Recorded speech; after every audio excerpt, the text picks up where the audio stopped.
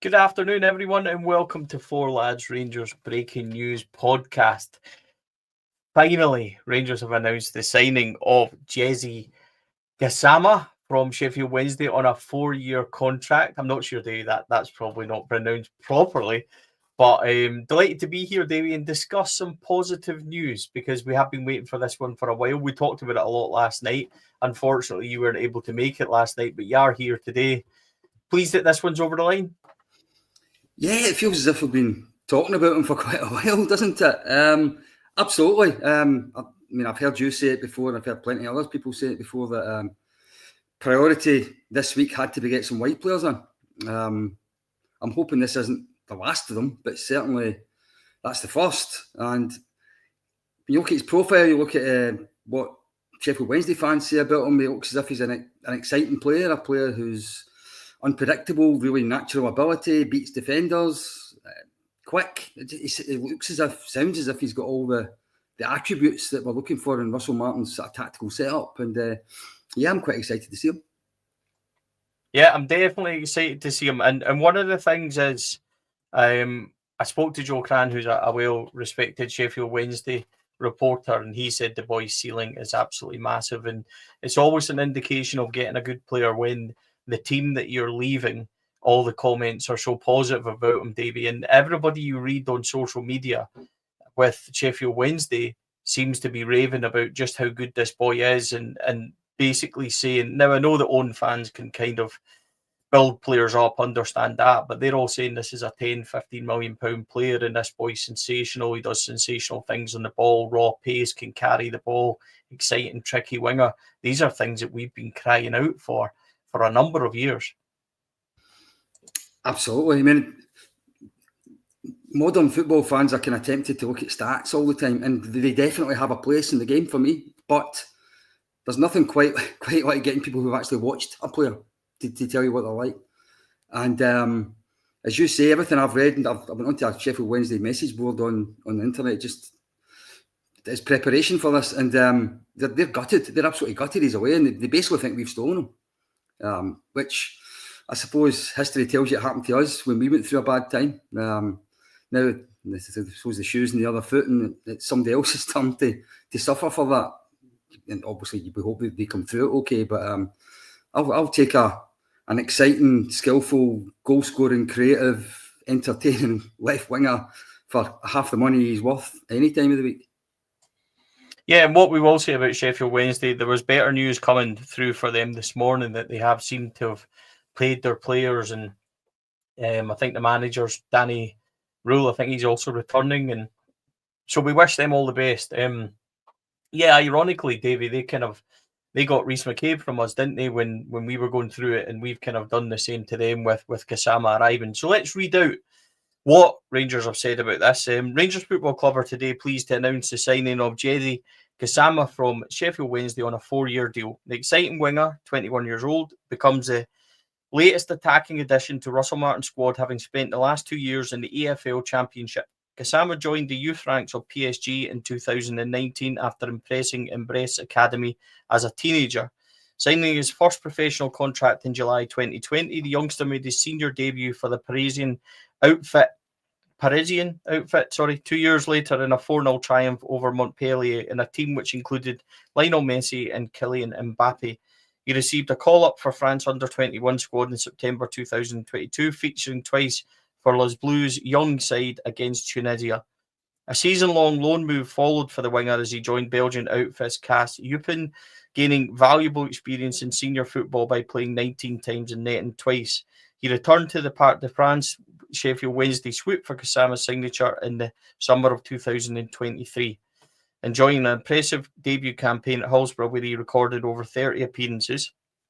The 21-year-old continued to shine in the most recent campaign, featuring in all bar 3 games across the entirety of the league season for the Owls.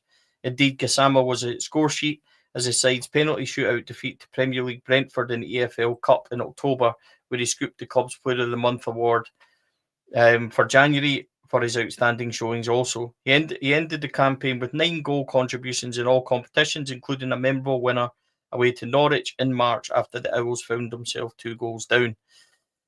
So a bit of a kind of background on him, Dave. He's plenty of experience for now. 21 years is a fantastic age. I've seen a lot of the clips of him on YouTube, but particularly of last season. He's a ball carrier. He's fast. He's tricky. As we say, Sheffield Wednesday fans do speak highly, fondly of him. But these are things that we've not had. You've seen it a number of times against Bruges when we got into those breaking positions. We didn't quite have that. But to be able to have that in our arsenal now, and the exciting thing is we're still being linked with other wingers. I would hope that continues. I would hope there's room for one more, because if you could finally get a threat on both sides, Davey, then I would be a lot more confident about how Rangers are looking. Oh yeah, you and me both. I mean, I was starting to dread next week if we didn't bring wingers in actually, and who was actually going to play in these wide positions. Because you were starting to think about like a Dow or Bajrami or somebody getting shoehorned in out wide, just because there wasn't anybody who naturally played there. It's also great news that he's signed on for 4 years, I think, because it means it's probably at least 2 years away before we can talk about sell-on value and all these other things that we talk about when we buy young players. Because first and foremost, I want him to be a huge success at Rangers. I want him to help us win trophies. I want him to help us win games, score goals, entertain the fans. There's no reason to think about him leaving straight away the way we talk about other players. So many times we talk about signing a player and the first thing you read about is, oh, we'll make a lot of money on him. The best way you make money on players is to win things, as the other lot have found out. So I'm hoping that this young man is the player we think he is. Don't forget we've got a lot of goals from out wide to find from last season, because Czerny scored about 15 goals or so last season from out wide. He's gone. We don't really have any other particularly consistent goal threats from out wide. So if this boy is a goal threat, then it also helps to fill a space that we were looking to fill. Yeah, I would agree with that completely. Czerny and I think Sima beforehand did get goals from wide, but they were different kind of players for me. Sima obviously was a direct kind of striker, albeit playing out wide, but he done it really well. Is running. Czerny again was not a striker, but he wasn't a traditional winger, in where he was full of skills and tricks and kind of pace and raw pace, being able to carry the ball for 30, 40 yards. Czerny was a fantastic finisher. He had an instinct of more like a wide right-sided forward in many ways. But this is something, and Ryan Kent is probably as close as we come, because Ryan Kent, when he was on form, you look at the goal he created, for example, in Dortmund, that third goal for John Lundstrom, his trickery down the wing. We've not had Ryan Kent like that for a number of years. So this is exciting for me, David, especially, if you could get that threat on both sides, and then you have Tello Asgard in the middle, you have Nico Raskin, you have Joe Rothwell, you have a big centre-back line. Like you said about finding goals from wide, if we can find goals throughout our team, it lessens the pressure on our number 9, because let's be honest, as much as we've criticised Cyril Dessers, and we understand why, he's produced a lot of goals, but he's also been there for the chances, and he's been more or less, apart from Czerny, the only one. If you can start spreading that about a bit, Rangers will be a much better outfit. Totally agree with that. I don't know if you're old enough, or I'm old enough to remember the last time Rangers won the treble in 2003. Nobody scored more than 20 goals that season. But we had a system. We played a 4-3-3 system with goals out wide, goals from midfield, shared them around. I think we had about 5 players that went into double figures that season. It's actually quite funny. Quite often the top scorer in the league isn't the team that win it. Teams that rely on one striker tend to not win the championship. So I think it's hugely important that we do spread goals around, spread goal threat around. But he can't be the last one. He can't be the last winger. There has to be more. Maybe Cortez will come good. Maybe I've not given up hope on him just yet. I'm not sure if he's got the belief yet that he thinks he's good enough to do what we expect him to. But you never know. You never know. But other than Cortez is still just a boy. McCausland, I don't think will make it. And then you're now into people that aren't wingers after that. So we definitely need at least one. And I wouldn't be upset if we brought in 2 more wide players, to be honest. Yeah, well, we've been linked with, and this is another name that you'll love, Davey, because I can't pronounce it properly, the boy that was on loan at Sheffield Wednesday, Raksuki, and I like him. He is a good player, and all of a sudden, if you could get them now with Cortez, I'm willing to give Cortez a lot of time because he's had severe problems the last couple of years, not only at Rangers but personally off the park and things. And I'm glad that's coming together for him, and he's getting things back together because you need happier players, don't you, on and off the pitch. So if you could get Oscar Cortez firing, which is a big ask because we don't know if he's capable consistently. We do know that he's kind of shown it a wee bit, but I'm with you. If you can get a couple of players in, if you can get Cortez in, you've got Finlay Curtis, 4th, 5th, pushing on and stuff like that. All of a sudden, it begins to look a lot more exciting. If you can bring in another winger after this one, maybe a centre-back, because we are, being linked with centre-backs still, which is interesting. All of a sudden, things are kind of coming together. 7 in is a really high number at this stage. I still think there's room for 2 or 3 more. I really do. And then you're at a position where we're doing quite nicely, I think. Let's have a look at what Gassama said. He says, I'm very happy to be here to join the club. I'm very excited to start with my new club. It is a club with a lot of history, and I'm very happy. This is a big club, and I need that for my next level, and I think it can help me to progress. Head coach Russell Martin continued, we are very excited to bring Djeidi to the club. He is certainly an exciting player who will get supporters to the edge of their seats, and I believe he will add an extra dimension to our attack with his qualities. He is hungry to improve as a player and, most importantly, is desperate to pull on the Rangers jersey and help deliver success to the club. Sporting Director Kevin Thelwell added, we are delighted to secure Djeidi's signature. His attributes are well suited to the challenges and will face both domestically and on European stage, and he arrives with considerable experience under his belt at only 21. He is an upward trajectory in his young career, and we will look forward to seeing him in action. That's interesting, that upward trajectory, because that's more or less what Joe said as well when he talked about having a ceiling which is untapped, and he can go really, really far. You're saying he's going to be traditionally wingers, Davy, as you well know. You've seen the great Davy Cooper. Those, even Brian Laudrup had an off day. It wasn't regular, but we look at the great kind of wingers that we've had, Neil McCann and stuff. Consistency can be an issue because sometimes they're on it, sometimes they're not. With this young fella, we're going to have to be patient till he finds that level.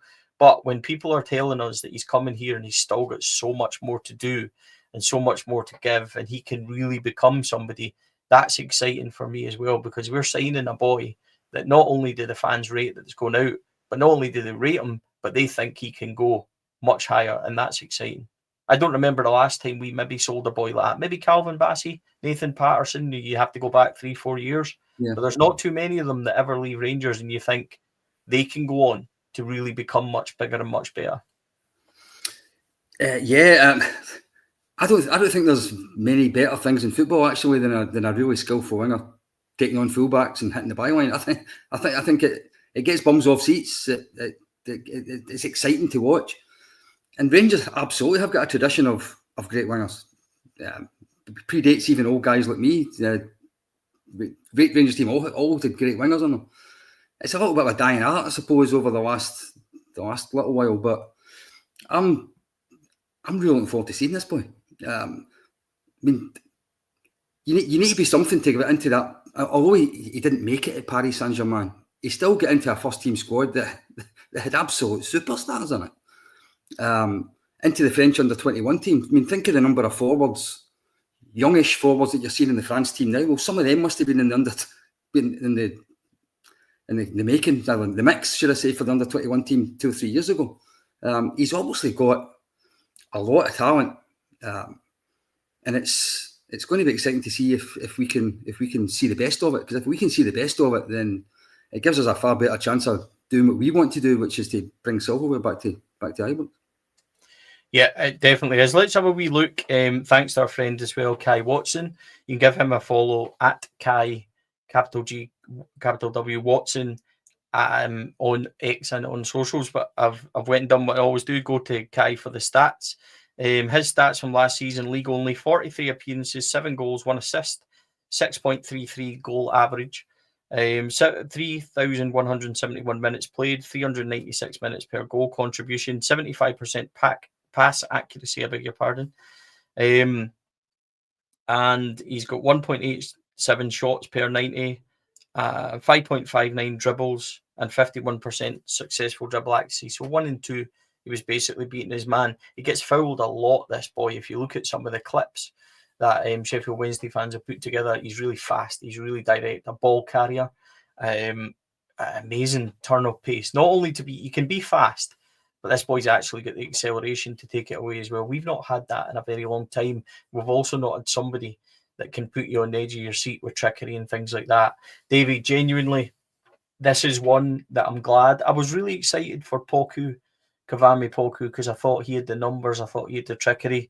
I'm buying into this boy a bit. Of course, I've seen him only once or twice for Sheffield Wednesday. I'm not an avid kind of watcher of the kind of English Championship football, but he's got ability. I think he's at his point where he's ready to kick on, like he says. It'll be a huge step up for him in terms of the demands of Rangers. We all know that, but I'm just willing, and what I'm trying to get at, I suppose, and what I'm trying to spit out, Davey, is I'm willing to be excited. I'm begging to be excited by players in our team for too many years. Well, not that we've been bored by people like Cherny or that. That's not the point. But if we can have that attacking, free-flowing team that excites you, and you go to the games with a smile on your face and can't wait to watch Gassama today, can't wait to watch Asgard today, these are the kind of things that I'm really hoping for. Yeah, but we haven't been bored. I agree with that. But I do think we've been predictable a lot of the time over the last couple of years. I don't think we have broken teams down with ability. A lot of the time it's been trying to pass our way through, trying to find, we go from one side to the other till we can find a space. If we've got a player who genuinely wins or beats his man 50% of the time, that sounds quite exciting to me. No winger beats his man every time. Even Davy Cooper didn't. For those that are old enough to have seen him, he didn't do it every time either. Another thing I'd say about his stats is you need to remember he was playing in a team that was struggling quite badly in that league. So people might say he only scored 7 goals last season. Well, seven goals in a decent league, playing out wide in a team that's struggling in it, is actually not too bad at all. How can you translate that into a team that has got 70 and 80% possession the way Rangers do most weekends? A team that, at the moment, well, last season I think we had games where we had 30 attempts a goal. So what would a player like that be like in a team that dominates the ball the way we do? He's going to have lots of chances to take his man on. He's going to have lots of chances to get into the penalty area. He's going to get lots of chances to test the goalkeeper. I'm expecting too much, but I'm expecting great things at this point. Of all the wingers we were linked with, there was one playing over in Austria. I can't remember his name now, but he was one that I thought looked as if he was quite exciting. This was the other one, and I'm delighted we've got him, and I'm looking forward to seeing him next Tuesday night.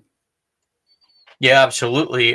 Davey, let me just ask you, there's been 7 players come in. How do you think the squad is looking at the moment? If you were to be allowed to say who else you would bring in, like position-wise, I wouldn't ask you to name names. That's a bit unfair. But what do you think the squad still requires, and how happy are you with the signings so far? You've talked about Gassama a wee bit about being exciting. Is there anybody else that's exciting you, and what are you expecting? Yeah, I think it's great that we've brought in a couple of big, physically imposing, commanding, should I say, centre-halves. I think we absolutely needed that. I'll worry a little bit if Suter goes in terms of experience at the back. But I don't. We'll see if he goes first before that becomes a worry. But I don't think defences that are just filled full of 21 and 22 and 23-year-olds have maybe got the experience for the big occasion. Maybe need a leader back there. My midfield, I think, excites me. I think we've got the 2 midfielders we've signed, Roswell and Asgard, both look as if they've got quite a bit of pedigree, quite a bit of ability. I'll quite like the look at them. I think a lot depends on who leaves, who goes. Centre forward isn't a great priority until somebody goes, but once somebody goes, then I think it becomes priority. I'm in the minority, and I know I'm in the minority, but I would take 15 million for Igaman. I think he's got tremendous potential, but I don't think he fits the system Russell Martin plays very well, and I don't think he's the finished article in terms of game intelligence, in terms of teamwork, that playing up front just in a lone striker role really suits that well. So for that kind of money, I would take that, and I would go and out and get a top class goal scoring centre forward who can lead the line. And I'm still on the fence about the goalkeeper. I know there's still these rumours going about the Brighton goalkeeper. I'm not so sure about another loan player, but I can see the attraction in it. I just don't. Butland last year maybe turned me off him a bit. He made just one mistake too many for me. And we can talk about the defence in front of him was poor, but a lot of his goals were down to his blunders. They were nothing to do with the defenders in front of him. He's definitely the last chance on, and if we aren't bringing a goalkeeper in, he needs to start the season well, or else we'll be looking for him before the window closes. Well, you make a point there, and I suppose this is one that is interesting. Ridvan again has been linked with Besiktas for the 800th time since he's arrived, talking about a loan move with a potential, must buy in there and stuff like that. I get a bit fed up with Ridvan getting linked with Besiktas, to be honest. I make the joke that he was linked with Besiktas from Rangers before he'd even completed his move to Rangers, and that's what it feels like. But you make an interesting point, because if we were to lose a left back, for example, if we were to lose a goalkeeper, and as far as I'm aware, the manager made it kind of clear that there was no interest in either of them at that moment in time. If you were to lose a 9, then you could see other players coming in. Additionally, I'm in the opinion now that a winger and a centre back, and I think we've got a squad there. Not saying we're going to win things, that's unfair, an unfair expectation on Russell Martin, but I think we've got now a squad that can certainly compete if that was to be the case. I do think it's vital we bring in somebody else on the other side. And with you on the striking department, it's not ideal. Would we go with what we've got? I don't think anybody would. I think everybody would like the romantic signing of Turgeman, for example. I think he really caught the attention and the excitement of the support. But I'm with you. You need to get players out the door. Eagleman, again, Davey, I'm going to agree with you. I've said it before. If you could get £15 million and it was with a sell-on, for example, and maybe a couple other clauses, I think that would be a tremendous deal for Rangers at this moment in time. If he stays, then he has to be the 9. He has to play every week, and that becomes then difficult, because what happens with Cyril, what happens with Danilo? So there's questions there that I think the manager will rectify in the coming weeks. It's also a possibility that Panathinaikos comes and players start in that game that aren't here by the end of the window. So it's an evolving kind of picture. Do you think that's fair enough? Yeah, I thought it was always unlikely we would have a finished article squad in place for before the end of July. I think that was always a bit unrealistic. The way modern football is, sometimes it takes time to shift guys that you don't want, because the very fact you don't want them suggests that maybe not too many others want them as well, and especially the wages they'll be on at Ibrox. I mean, to me, it's quite telling that the likes of Proper hasn't actually left yet. And how long? What was it? Friday that Russell Martin said that the clubs had agreed a fee. So here we are, 4 days down the line, and he's still not away. These things take time. So I fully expect that the team that starts against Panathinaikos, there will be more changes by the time we face Motherwell in the league in August. As you say, it's going to be a sort of evolution. And it could be that there are one or two players that at the end of May that we thought had no future at Rangers will surprise us and still be here.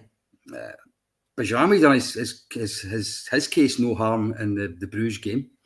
I think he played himself into the manager's thinking that day. But yeah, there's others that unless we move them on, I mean, how big a squad can you actually have? I don't know how many there is just now, but it must be well over 30. I don't see us just keep adding and adding and adding without players leaving. So the likes of Dowell and Davis and Matondo and all these guys that NCR and all these guys, the manager's also already said he doesn't really want them. We remove the exception of Dowell because it looks as if he does rate him a little bit. They've got to go. And Yilmaz is another one. I wish he would I wish he would go back to Turkey, to be quite honest with you. But will he? Because I never know what to believe when it comes to Turkish Twitter, because they've been saying, as you say, they've been saying it for years. We were linked with them boy Beck. They played for Dundee for a while. It's at Liverpool. Surely he won't want to go out and loan again. You would think he would want to actually get his career permanently somewhere else. He's obviously never going to be a permanent Liverpool player, a first team player. Somebody like him, I think, would be ideal as left back with him and Jeffy competing for the position. But you need to get rid of Redvan first. So that's the conundrum.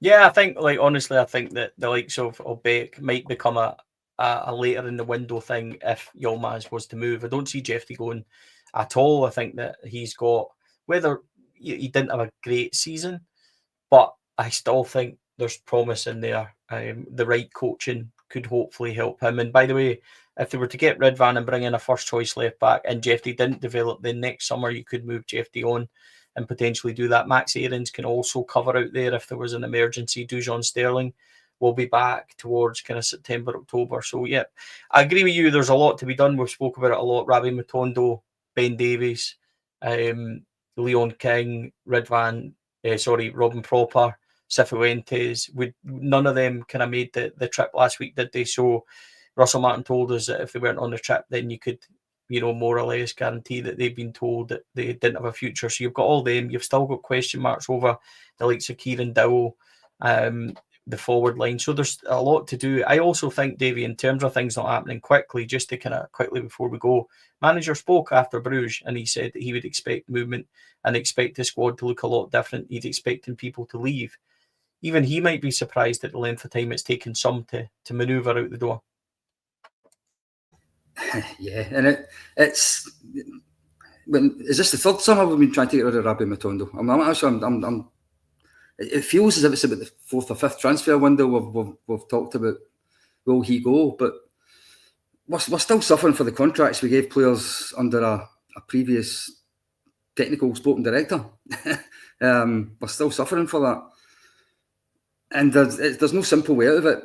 It wouldn't totally surprise me if we ended up even paying parts of players' wages who don't play for us anymore next season, just to shift them, get them off the wage bill, or get them mostly off the wage bill, and to free up some money to pay somebody else. But I hate bringing up the team for the side of the city, but when their Australian manager came in, he had a big rebuild to do as well. And if you remember the summer that year, he had to play in Europe, and he still played quite a number. He played a lot of young players. He played some players who obviously didn't have a future, because it took him the whole window to get, and probably some of the January window as well, before he had the team that he really wanted.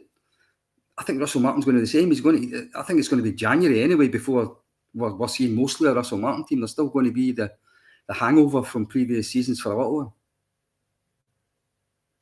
Yeah, and I think that's completely fair. As we kind of highlighted, I think Panathinaikos, you'll see a team that will have players in it that won't feature, perhaps towards the end of the window and things like that. But there's a long way to go. What we do know today is Rangers have completed the sign of Djeidi Gassama from Sheffield Wednesday. It's been long protracted.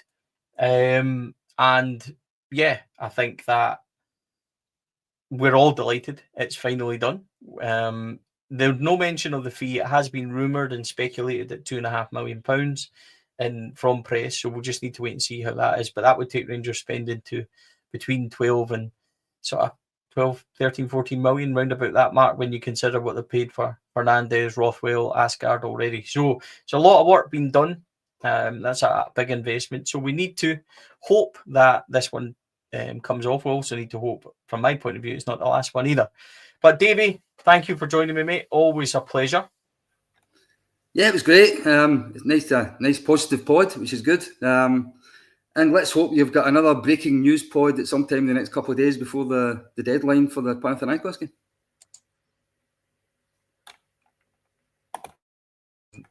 Sorry, yes, certainly that would be lovely. Panathinaikos game is the deadline for that is the 17th, but they can make 2 changes after that.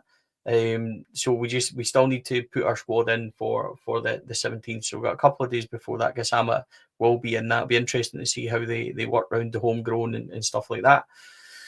So what else can we do but wait and hope, fingers crossed. But today's certainly a boost That's for sure. So we welcome him in, signing number 7 of the summer. So that's another positive.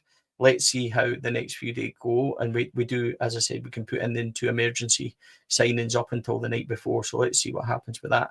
As for On 4 Lads, what can you go and watch? There is interviews aplenty from the training camp. You can go and watch the training video. Myself and David Edgar from Heart and Hand done a wee training report. That's there, as well as interviews. There's 3 parts to Russell Martin's interview. There was the final part today went out where he talked about Panathinaikos, he talked about Raskin's situation and also discipline for the squad already in the form of running, which is interesting. So that's all there. If you haven't watched that, please check that out. You can also see interviews with the players Manny Fernandez, Telo Asgard, and Lyle Cameron.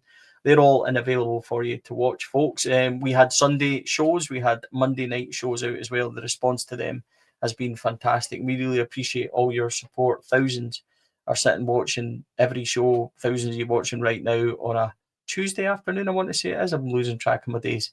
But Kenny and I will be back tomorrow with a full show. We'll talk more about Gassama's arrival. We've been linked with a number of players, including a Dutch centre-half this morning as well, who's got a very long and interesting name, which Kenny really wanted me to say because I believe it's got 8 different names in his name. But I'll maybe wait and practice that for tomorrow. But thanks to everybody for tuning in. Thanks to our sponsors, Rhino Express, Cliveview Joinery, Athol Industrial Solutions, CSD Air Conditioning, and our partners, Black Rooster and Art of Gold. To all our YouTube members, thank you for your support. And to everybody that tuned in, thank you very much. If you haven't, please like and subscribe on YouTube. It's free. It really helps us grow, and we are fast approaching 9,000 subscribers, so we really appreciate that. If you want to join for some extra content, it is 99p a month, which you can check out on YouTube also. That's the hard sell done. Everybody have a great day, and we'll catch you again soon. Take care, folks. Thank you very much.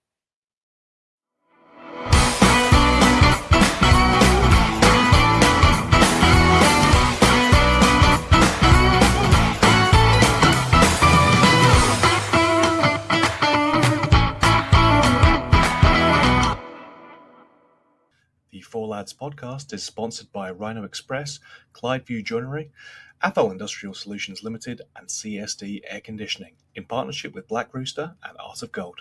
Thank you for listening to or watching the podcast. We hope you enjoyed the show.